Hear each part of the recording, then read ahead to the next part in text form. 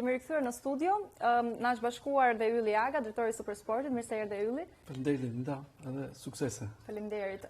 Duke qenë se ti ke një karrierë të gjatë televizive, si të duket FSHPTV-ja?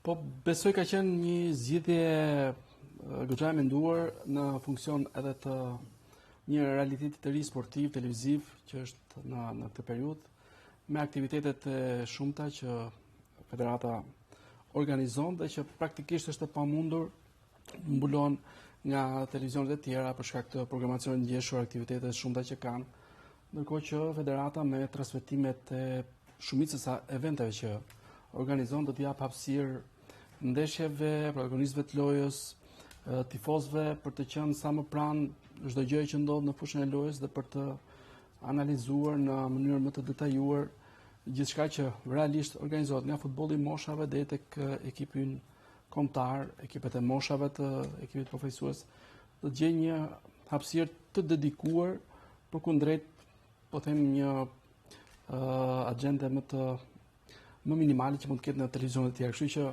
komplimenta dhe rrugë të mbar. Faleminderit.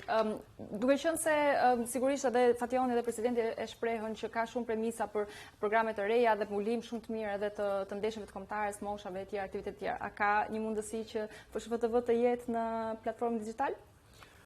Ne kemi një akord të arritur tani edhe me drejtuesit e federatës dhe besoj është vetëm çështje teknike që pritet të zgjidhet për punë ditësh, kështu që në platformën tonë të jetë një mundësi për të ekspozuar anën banë globit, për të ndjekur nga shumica e tifozëve që janë të interesuar për gjitha eventet që organizohen, aktivitetet, dhe veçanërisht për mendimin tim që do jetë një hapësirë e rëndësishme për ndeshjet e ekipeve të moshave, të ekipeve kombëtare që një pjesë e madhe lojtarë vinë edhe nga jashtë, kanë familjarë të tyre që kanë ndërtuar jetën anën banë botës dhe do të jetë një lidhje shumë e mirë për të përcjellë me figurë, me emocion çdo aktivitet, çdo ndeshje që luhet.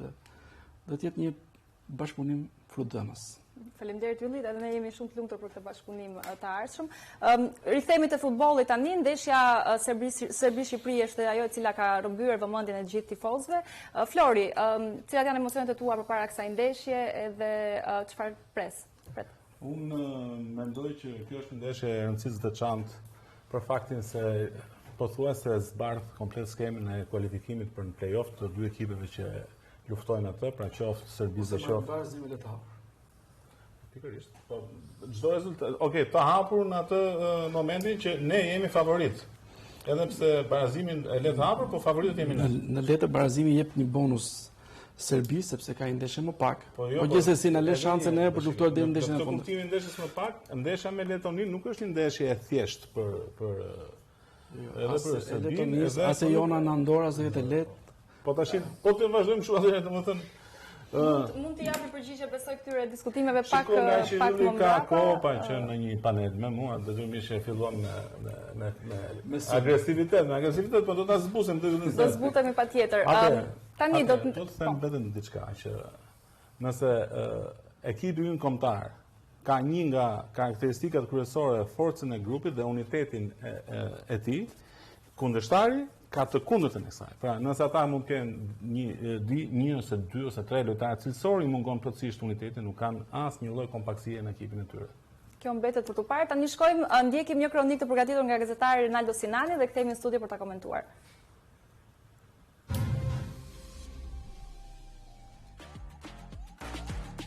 Më 11 tetor, kombëtarja shqiptare zbret në fushë për ndeshjen e rallës kualifikuese të botrorit 2026 ndaj Serbisë në Leskovac. Një duel i fortë, një përballje drejt për drejt për vendin e dytë në grup, që të çon në play-off. Ashtu si në takimin e parë në Air Albania që përfundoi në barazim, edhe kjo ndeshje pritet me padurim nga shqiptarët kudo që ndodhen. Jo vetëm për objektivin sportiv, por edhe për emocionet dhe historinë që mbart ky rivalitet. Por futbolli nuk njeh të kaluarën, futbolli nuk ka ngjyrime politike, futbolli ka vetëm objektiva sportive. Dhe në fund, ajo që mbetet është rezultati. Trajneri Silvinho nuk do të ketë në dispozicion për këtë sfidë lojtar të rëndësishëm si Ardian Ismaili, Marash Kumbulla dhe Adrian Pajaziti. Në listën e publikuar ka vetëm një risi, Beatrice Mancaki, shkëndijëse të Tobës, ndërsa pjesa tjetër e grupit janë futbollistët besnik që pothuajse janë pjesë e skuadrës në çdo grumbullim. Në anën tjetër, në kombëtaren serbe mungojnë për arsye dëmtimi dhe pezullimi Vanja Milinković-Savić, Ivan Ilić, Kosta Nedeljković, Aleksandar Kataj dhe Nikola Miliković. Po ashtu ka edhe 4 risi në listë: Veljko Milosavljević, Aleksandar Stanković, Andrej Ilić dhe Vanja Dragojević. Të dyja skuadrat nuk do të jenë të plota, por motivimi është i madh në të dy kampet dhe vetëm fusha e lojës do të vendos. Në Leskovac më 11 tetor, Shqipëria do të jap maksimumin për të hedhur një hap më tej drejt ëndrrës së botrorit.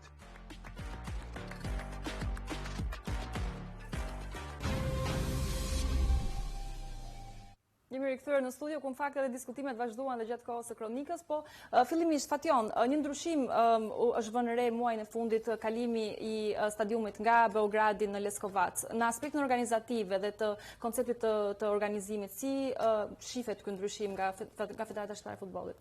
Sigurisht që në aspekt logjistike, po kjo s'është më shumë sportive, ka pas ato, domethënë, andradat e veta, se duke qenë se ne ishim përgatitur për ndeshjen në Beograd, kishim bërë gjithçka gati sa i përket transfertës, apo dhe nevojave të skuadrës.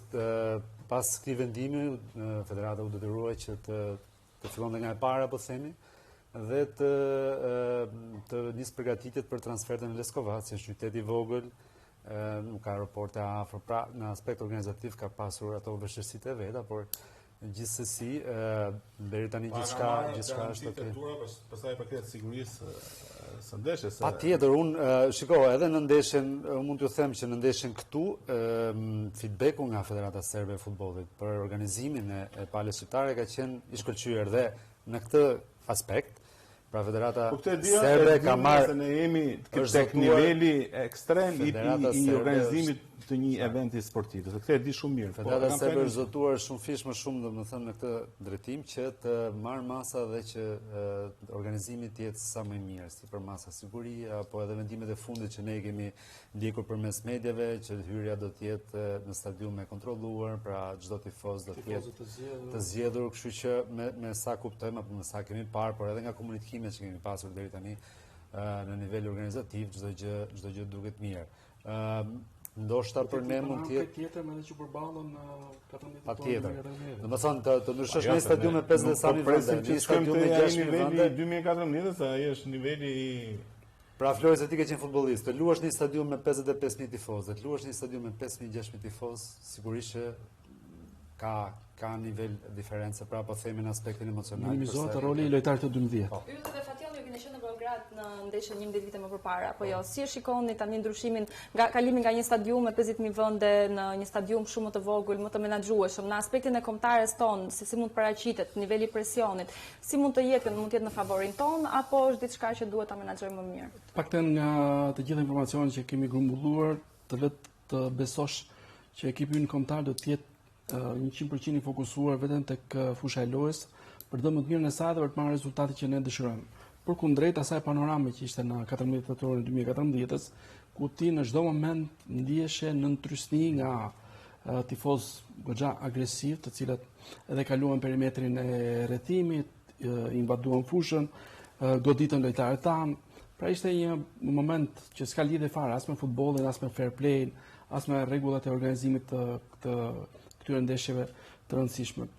Paktën në këtë këndvështrim duhet të ndjehemi të qetë, që do shkojmë për luajtje një 90 minutash, praktikisht një finale sportive, por vetëm për sa i takon vlerave që kanë të dy ekipet dhe jo e ndikuar nga faktorët jashtëm.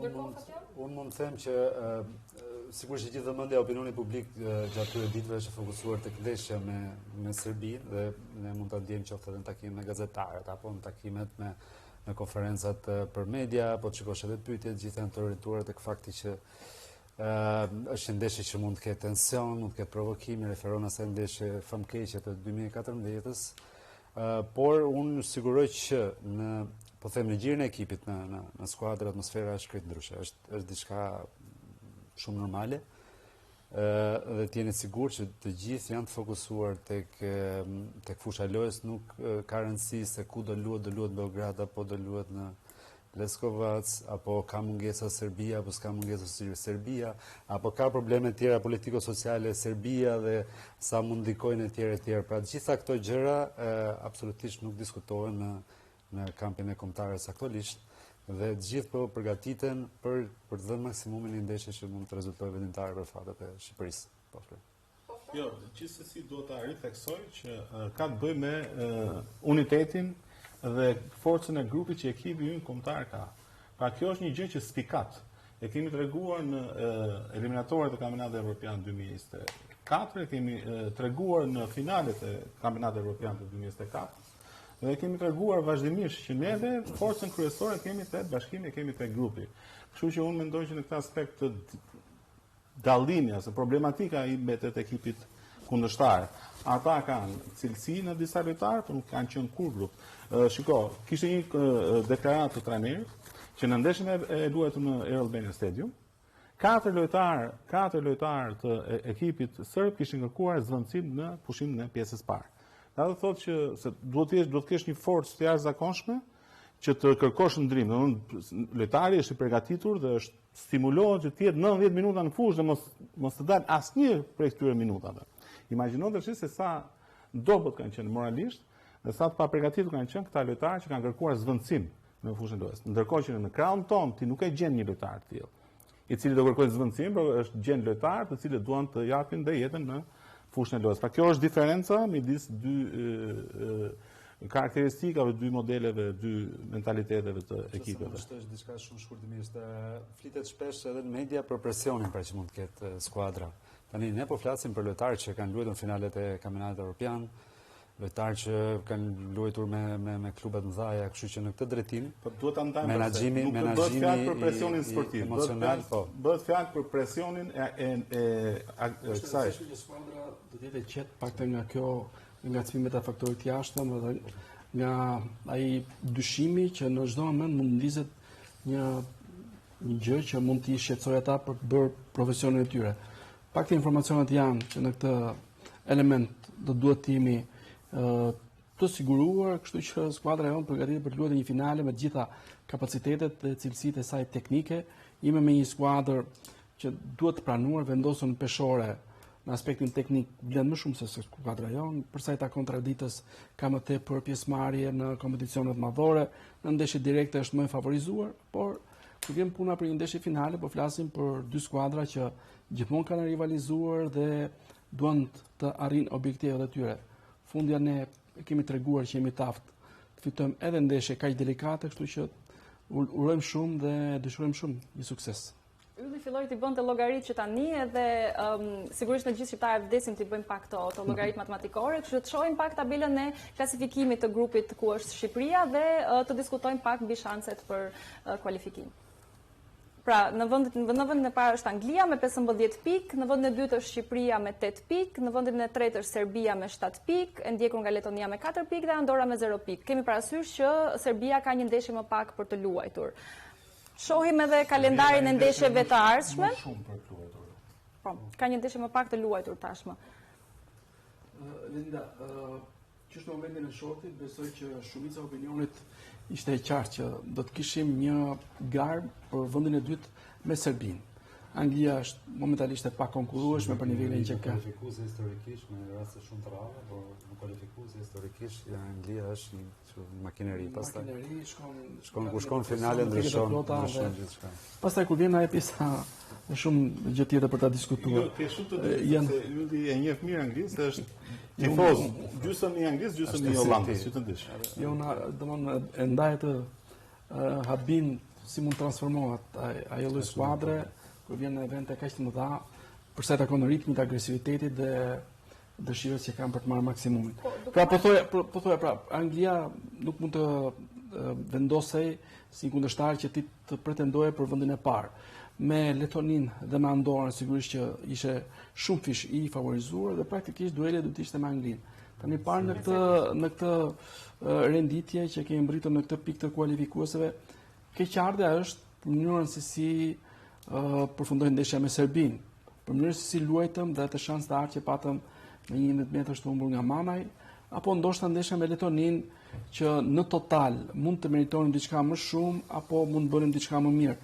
Gjithsesi kemi fatin ende në këmbët tona dhe është diçka shumë pozitive që jemi ende në këtë fazë kualifikuese për të marrë maksimumin e këtyre pikëve. Duke marrë parasysh, Flor, edhe kundërshtarët e radhës të Serbisë, sepse ndeshja jonë momentale është ndaj Serbisë, më pas na ndjek një ndeshje miqësore ndaj Jordanisë dhe më pas në nëntor që kemi Andorën edhe presim në shtëpi Anglinë.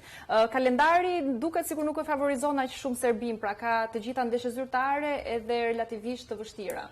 Dhe për këtë arsye mendoj që ekipi jonë në ndeshjen e radhës, pra atë që do të luajë në Leskovac ndaj Serbisë, do të japi maksimumin e maksimumit, sepse do t'i shpenzoj çdo lojtar gjitha energjitë që ka për ta çuar ndeshjen deri rezultatit pozitiv që duam ne. Ndërsa për ekipin serb mendoj që e ka një rezervë, se ndeshjet do t'i luajë njëra pas tjetrës, pra do luajë 2 ndeshje në kalendarin e FIFA dritares së FIFA-s për tetorin, pra do të luajë me Shqipërinë një ndeshje tjetër, po kështu të tjerat në nëndor.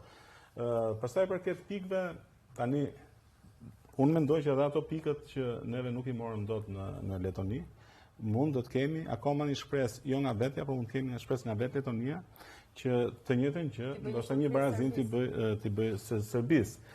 Kam shpresa të lutem edhe se unë i di llogaritë tua, nuk je i saktë në llogari. Letonia barazoi me ne, ndërkohë që minutën e fundit me Serbinë goditi shtyllën. Mund të bënte qysh në atë moment detyrë Letonia. Po, ja fatikisht. Pa duhet varë nga rezultatet e ekipeve të tjera? Futbolli prandaj është në sistemi i formatit të cilin luajmë është format grupi.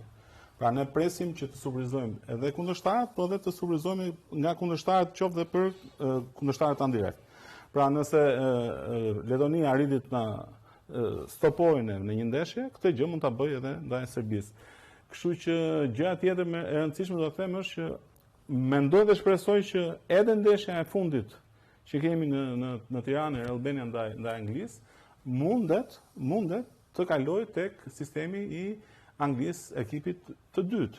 Pra, ne nuk e kemi të qartë që mundet thash, se mund të ketë lojtarë të cilët mund mos aktivizohen. Po mund të jenë më të motivuar akoma lojtarët e dytë për treguar sepse duhet të fitojnë vend informacion. Gjithsesi, lojtarët alternativë janë lojtarë pak më në nivel se sa ata që luajnë informacionin bazë. Pra unë shikoj të gjitha mundësitë, se nuk dua. Optimizmi jot, por duke u kthyer pak nga realiteti. Më të thjesht provojmë të fitojmë me Serbinë se sa pretendojmë që mund fitojmë me Anglinë ndeshjen e fundit. Florian, po i lojtarë anglisë në parë ishte debutues, kështu që në momentin që fola për dhënien e maksimumit në ndeshjen me Serbinë, për faktin që s'kemi edhe ndeshje të dytë në këtë dritare të FIFA-s, mendoj që lojtarët duhet të fokusohen plotësisht tek mbajtja e topit në zotrimin e tyre, mosdhënia e mundësisë së topit tek kundërshtarët.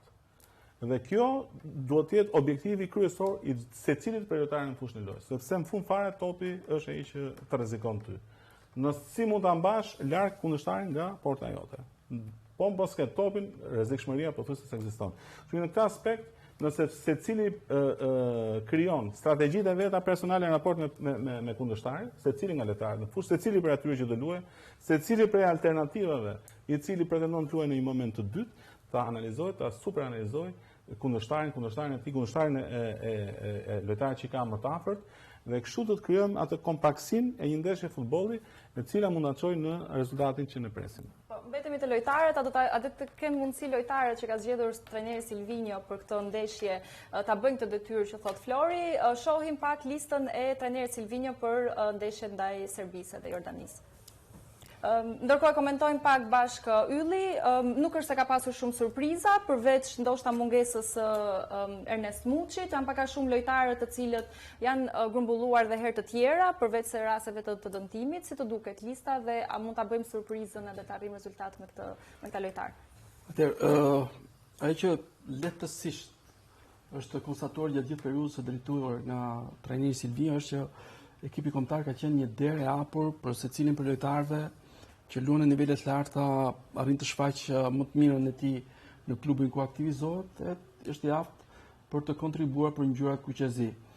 Janë 53 shtohet Klisman Cake, 54 tani lojtarë të cilët kanë marrë ftesë nga Silvinho, ndërkohë që janë 42-43 lojtarë të cilët kanë marrë minuta në 28 ndeshjet e drejtuara nga ana e Silvinjos. Besoj që janë bërë zgjedhjet më të mira, me keqardhjen që ndoshta problemet me dëmtimin e Ismailit mund të kenë dëmtuar paksa në aspektin e forcës dhe të një lloj stabiliteti që reparti i mbrojtjes ka patur aty. Gjithsesi janë të gjithë lojtarët, të cilët janë të aftë për të kontribuar në një ndeshje kaq delikate. Nëse numri i të ftuarve do të zgjatej, sigurisht që do të kishte edhe emra të tjerë të cilët mund të përfshiheshin. Ju përmendët Ernest Muçin, një lojtar që ka qenë gjatë gjithë kohës me ekipin kombëtar, por ndoshta edhe Anis Mehmeti, një lojtar që luan në Bristol në kategorinë Championship në Angli, mund të ishte një tjetër lojtar kandidat, por përderisa është krijuar i profili i skuadrës që trajneri do me zgjedhjet që ka bërë, me hapësirën që ka lënë gjithëve, ne shpresojmë që të jenë zgjedhjet më të mira dhe më pas të formacionit të jenë lojtarë që duan të japën maksimumin e tyre për të tentuar të marrin rezultatin që ne gjithë ndrojmë. Duke u fokusuar pak përsëri tek lista e trajnerit Silvinjo, është sigurisht edhe mungesa e mbrojtësit Marash Kumbulla, i cili nuk u grumbullua dot për shkak të dëmtimit. Nga ana tjetër, Ardian Ismaili nuk arrin dot të vinë në grumbullim për shkak të dëmtimit, po ashtu edhe Adrian Pajaziti. Si është gjendja e ekipit në përgjithësi? Ti dhe unë kemi qenë bashkë me trajnerin Silvinjo afër në këto ditë dhe si duket atmosfera edhe si e pret? Dy gjëra thjesht për listën për të vijuar me diskutimin që nisi dhe ylli. Ka një koncept të krijuar në publik që trajneri nuk ndryshon apo që nuk merr lojtarë të ri etj. Në fakt, po ta shikosh listën gjithmonë ka emra të ri. Julian Sheu është lojtar i zbuluar, po themi, nga trajneri Silvinjo dhe tashmë është kthyer në një titullar. Në ndeshjen me Gibraltarin apo me Letonin kishte prapë fytyra të reja, Kristian Shpendi etj. Pra nuk është e vërtetë që nuk ndryshon, por në futboll ka një koncept në aspektin e trajningut që trajneri krijon besim tek një grup lojtarësh dhe duke krijuar besim normalisht që do të fokusohet, pra do të bazohet tek ky grup. Pastaj sigurisht në varësi të mungesave, në varësi të ndeshjeve, në varësi të kundërshtarit edhe ai bën ato ndryshimet e veta. Për të kthyer tek pyetja që bëre Lenita, preka pak dhe më parë, atmosfera është goxha e mirë dhe shoh ekipin thjesht fokusuar në një ndeshje sportive, ka një përpjekje nga jashtë por që nuk ndikon fare, po themi, për ta ngarkuar emocionalisht të ndeshje, absolutisht thash që janë lojtar profesionist, i kam parë shumë qetë, sigurisht është për të ardhur keq që nuk do kemi shërbimet e Ismailit apo edhe Pajazitit, por që grupi gjithsesi është i plot sepse trajneri pa të marrë 25 lojtar për këtë ndeshje, kështu që minimalisht 23 janë ato që futen, po themi, në listën zyrtare për takimin, kështu që po themi që edhe me këtë mungesa ky grup është i plot. Pastaj në ditën vijim do të shohim nëse trajneri do të vendosë të thrasë lojtarë për miqësorë me Jordanin, që është gjithashtu një mundësi shumë e mirë për të provuar lojtarët që nuk kanë luajtur, por edhe për të provuar lojtarët e ri apo për mund të ketë edhe në ndryshim liste, po themi, por mbetet për të parë. Nga Supersporti ka marrë pak informacione që 10 vite më parë kishte dhënë një lloj basi, le të themi, për Klis Mancake, do thoje që ai do jetë një lojtar i cili mund të ketë një karrierë të mirë dhe ndoshta në të ardhmen mund të jetë edhe lojtar i kombëtares. Duket sikur e ke fituar, edhe të bie ta komentosh edhe të më thuash pak çfarë mendon tani. Lenida, një nga gjërat që jam i lumtur për të realitet të ri me FSHF TV është që do të jetë mundësia që transmetohen sa më shumë ndeshjet kampionatet të rinjve. Dhe indicie ka qenë për Klis Mancake, kur luante për të rinjt e Tiranës, i ngacmuar nga Sulejman Mema, që ishte drejtori i akademisë në atë periudhë, dhe ma përmendte vazhdimisht si një lojtar me shumë cilësi të mira dhe që mund të bëjë karrierë.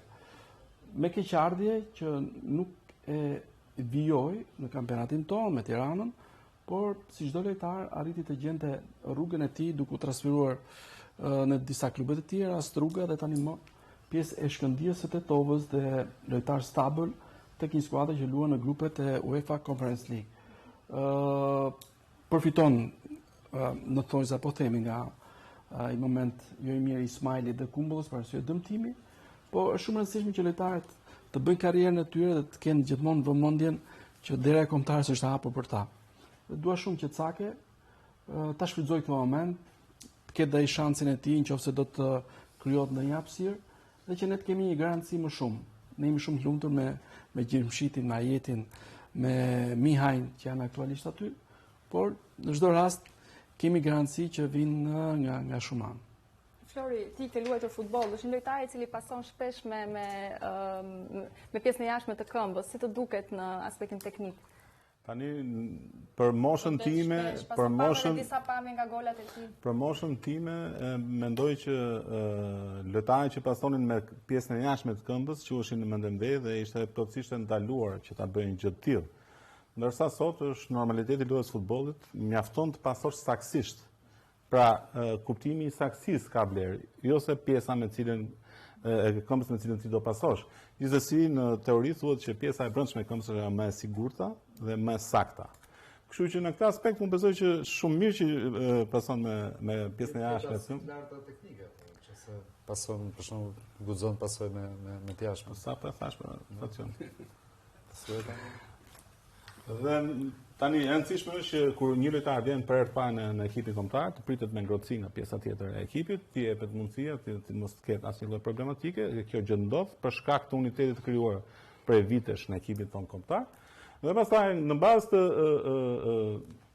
shërbimshmërisë, problematikave apo edhe cilësive, trajneri do vendos se cili nga lojtarët duhet të jetë I gatshëm, sepse asnjëherë nuk I dihet se cili do të jetë formacioni që do të përzjedh trajneri. Pavarësisht se Fationi tha që trajneri e ka grupin e tij të lojtarëve dhe padyshim që duhet ta ketë, dhe është shumë e vështirë që një trajner I cili ka arritur rezultate pozitive me këtë grup lojtarësh ta ndryshojë atë, apo një trajner I cili fiton një ndeshje me rezultat të ndryshoj ekipin fitues. Por gjithsesi, sepse lojtarët e kombëtarës janë shumë pak interesi në këtë rast, po flasim për përgjithësi. Se ti ke deklaruar para 10 vjetësh, edhe tani unë e fitova pas. Ke fituar pas 10 vjetësh. Për ta mbyllur pak diskutimin me Caken, Fation mendon se mund të ketë disa minuta për të në ndeshjen ndaj Jordanisë? Patjetër, në ndeshjen me Jordanin besoj ashtu siç e pam dhe me ndeshjen me Gibraltarin që do jetë një mundësi shumë e mirë. Jo thjesht për Caken, por edhe për ndonjë prurje të re që mund të shtohet ekipit pas ndeshjes me që mund të ketë një listë të dytë, po themi, për ndeshjen me Jordanin, do të ishte diçka pozitive.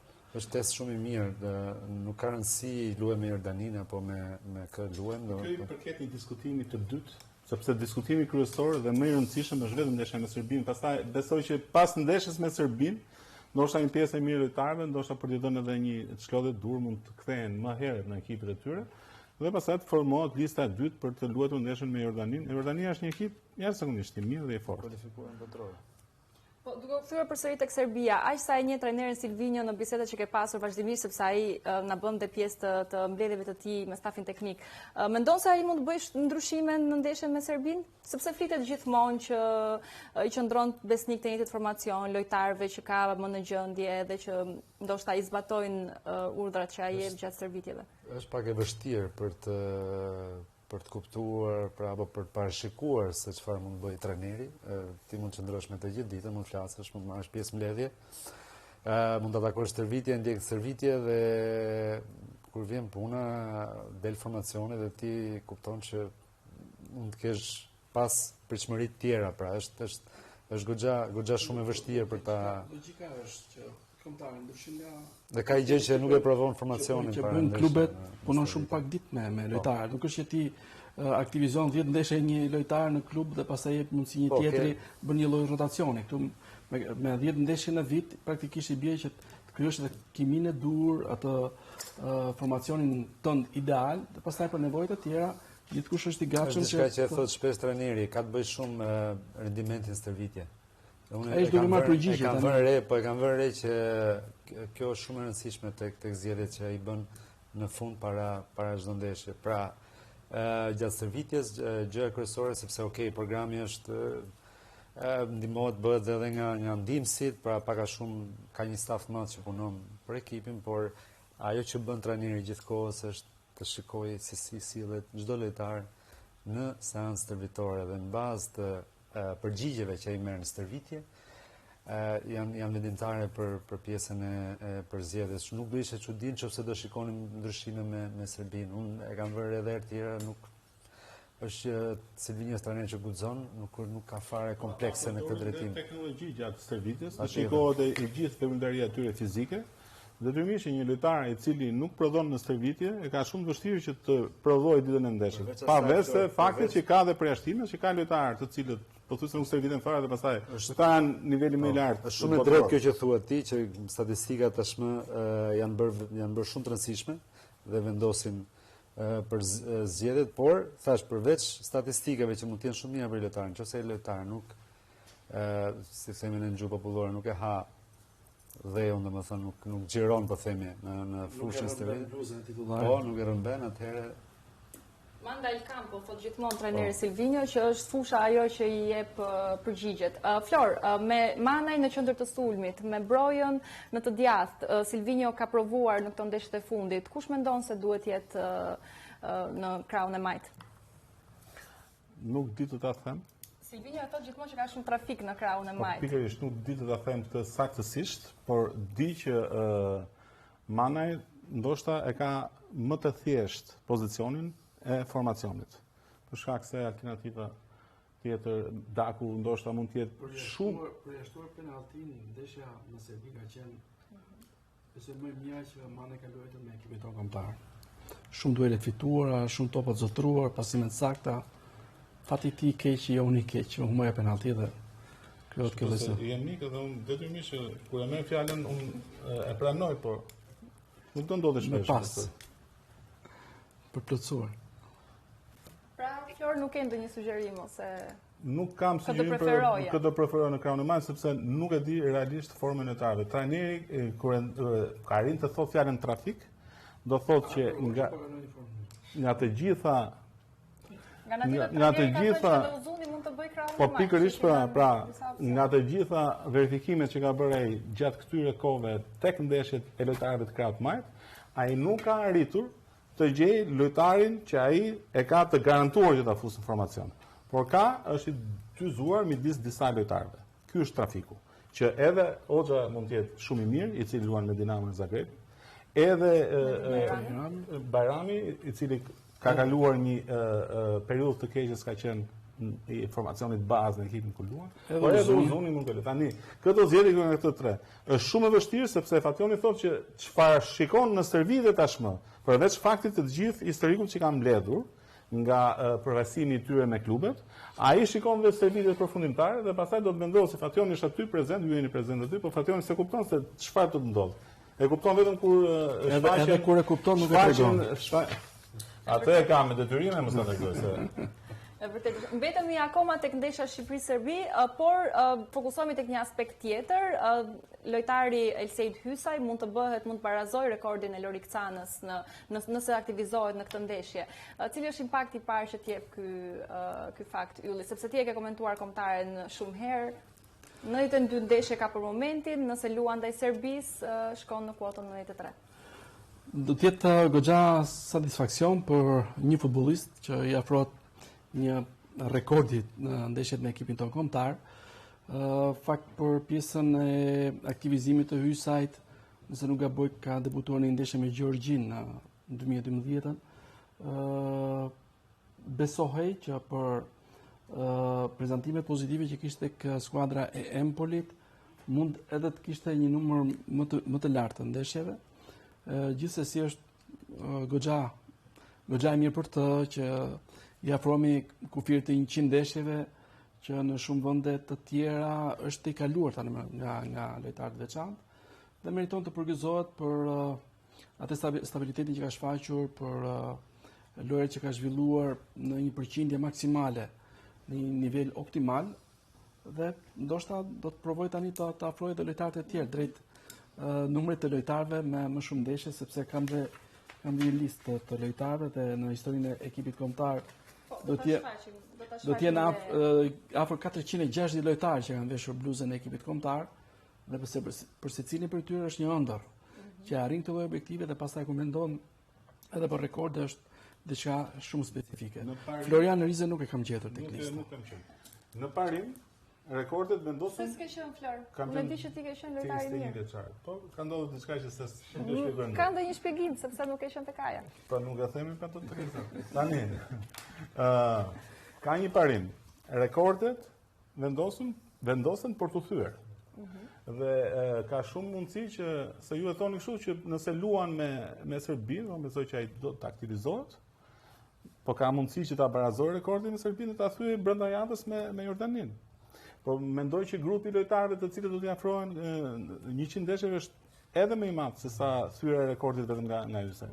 Pra shikohet se neve kemi një grup shumë të mirë lojtarësh që të cilët duke luajtur mirë, duke kaluar në fazat e kampionateve evropiane, po fazën play-off të botrorit dhe kështu, rrisin numrin e ndeshjeve dhe rrisin numrin e aktivizimit tyre në këto ndeshje, çka i bën ata që të jenë më të shpejt në thyrjen e rekordeve.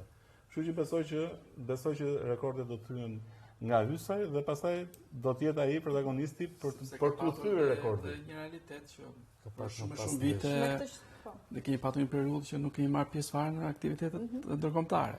Ka patur vite që kombëtari ka bërë vetëm tek ndeshje. Tani jemi 2025-ën që kemi kombëtar bën 10 ndeshje. Pra me një 10 vjeçar të mirë, secili lojtar mund të provojë të arrijë. Pra nëse kualifikohemi për në fazën play-off, automatikisht çdo lojtar e rrit me 2. Vlen të përmendur që edhe vetëm gjatë finaleve të Evropianit Hysaj ka marrë pjesë në 6 ndeshje. Sigurisht që edhe rendimenti i ndeshjeve ka ndryshuar, po të krahasojmë sepse te tabela më parë pam edhe periudhën kur ka qenë aktiv Elsej Hysaj nga 2013 edhe praktikisht për 12 vite ka arritur një shifër rekord që ndoshta edhe mund të arrijmë tek shifra 100, Fation? Patjetër, unë vjen mirë për Hysen sepse ka qenë nga talentet e evidentuara që në moshë të goxha të re dhe ka qenë një nga lojtarët më të rinj kombëtarës, po themi në kohën që debutoi me 17 që drejtori nga Ardian Mehma. Dhe pothuajse, domethënë, në krahasim me ndoshta edhe me një lojtar tjetër që mund të ketë ardhur si talent, por gjatë rrugës ka humbur. Hysen ka pas një konsistencë me kombëtarën, ka pas një karrierë të mirë, ka luajtur me klube të njohura, kështu që unë jam shumë i lumtur, por ajo që do të thoja është pak a shumë ai diskutimin i kohërave që ka ndryshuar, tashmë ka edhe më shumë ndeshje dhe unë patjetër jam i bindur që Hysaj do ta arrijë edhe atë shifrën 100, por besoj se do jetë i pari që thyen këtë rekord pas kaq vitesh, por do të pasohet shumë shpejt edhe nga të tjerë sepse ka shumë lojtarë të ri, duke qenë se ka më shumë ndeshje të ekipeve kombëtare për gjatë një viti, ka shumë lojtarë që të tipit Aslani, po marrë një shembull, i cili është moshë të re dhe ka shumë ndeshje kombëtare që do besoj se do të nëse sigurisht do ketë fat se mos ketë dëmtime, mos ketë probleme. Për më tepër ndeshjet, ato që quhen ndeshje miqësore kualifikohen si ndeshje të luajtur me ekipin kombëtar, por para ndeshjet miqësore pothuajse nuk evidentoheshin. Për të dalë te ajo Florit, te profecia Florit që këto rekorde janë bërë për të thyer, kështu që unë besoj që Hysaj do të jetë i pari që thyen rekord pas kaq kohë dhe nuk është e Florit. Domethënë arimi i rekordit është i tillë. Ti kur vendos një rekord, ke vendosur thyrjen e rekordit tënd. Është lehtësisht i matshëm. Ndërkohë, cilët janë lojtarët e tjerë që mund t'i afrohen Hysajt në këtë renditje? Që mendoni se ndoshta mund të ndoshta vitin e ardhshëm ose në vazhdim. Përmendë Aslanin, kemi edhe lojtarë të tjerë që janë pothuajse gjithmonë titullar. Mita është pothuajse Aslani është aktualisht 32 ndeshje. Armando Broja është 29 ndeshje. Kemi portierin Strakosha që duke parasysh atë gjatësinë e karrierës së portierit. Përveç faktit sa ndeshje ka dhe në sa vite i ka. Që të dalit, domethënë e plot, si evidencë. Por kapitulli është për 4. Domethënë, nëse në 12 vite karriere me ekipin kombëtar, ai do të shkojë tek Aslani është 32. 32. Është mesatare shumë e lartë, po. Pra, nëse ai do të arrijë tek 100 ndeshje, do t'i duhen edhe 10 vjet të tjera me ekipin kombëtar. Nëse është gjithmonë pjesë e ripin e 10 ndeshjeve në sezon jemi edhe më pak, po afërsisht. 2025 është me 10 ndeshje. Po, duke mbetur tek numrat, Ylli, ka ndonjë domethënie të veçantë numri i ndeshjes Serbi-Shqipërisë? E veçantë është që kjo është ndeshja jubilare e 400 e ekipit tonë kombëtar në gjithë historinë e tij. Ndeshjet janë zyrtare, miqësore, ka dhe miqësore jo të njohura nga FIFA. Kështu që bashkëngjitur të gjitha kjo do jetë ndeshja numër 400, duke filluar nga ndeshja debutuese me Malin e Zi në vigjiljet e kampionatit ballkanik në 1946. Pra kjo mund të jetë një mundësi shumë e mirë për të fituar në Serbi. Dhe kishte edhe një koincidencë të bukur që ndeshjet jubilare gjithmonë ishin me rezultat pozitiv. Ndeshja 100 e fituar, 200 është e fituar. E ty Ndeshja 300 është e barazim. këto bastet, kështu që urojmë të ketë. Do doja shumë që sa është një ndeshje Si me paske për zotin Naga. Po për Klismanin rezultoi e vërtet. do donim shumë që edhe për simbolikën që ka kjo ndeshje, edhe për rivalitetin që kemi me Serbin, edhe për atë objektiv madhor që ne kemi për të provuar finalet e një kampionati botror, edhe për gjendjen e përgjithshme të skuadrës sonë kombëtare. Kemi krijuar stabilitet, kemi lojtarë të cilët kanë aftësi për të zgjidhur ndeshjet qoftë edhe me episode që mund krijohen brenda tyre, kështu që pse jo. Urojmë shumë. Ndonjë emocion tjetër të veçantë për ndeshjen? Ti je pjesë e stafit sigurisht edhe është përjetohet shumë ndryshe, ndoshta edhe kemi harruar se si shihen ndeshjet si tifoz, duke qenë fokusuar te çfarë do të ndodh pas ndeshjes, konferenca për shtyp, intervistat e lojtarëve, po ndonjë emocion pak tek fationi si tifoz?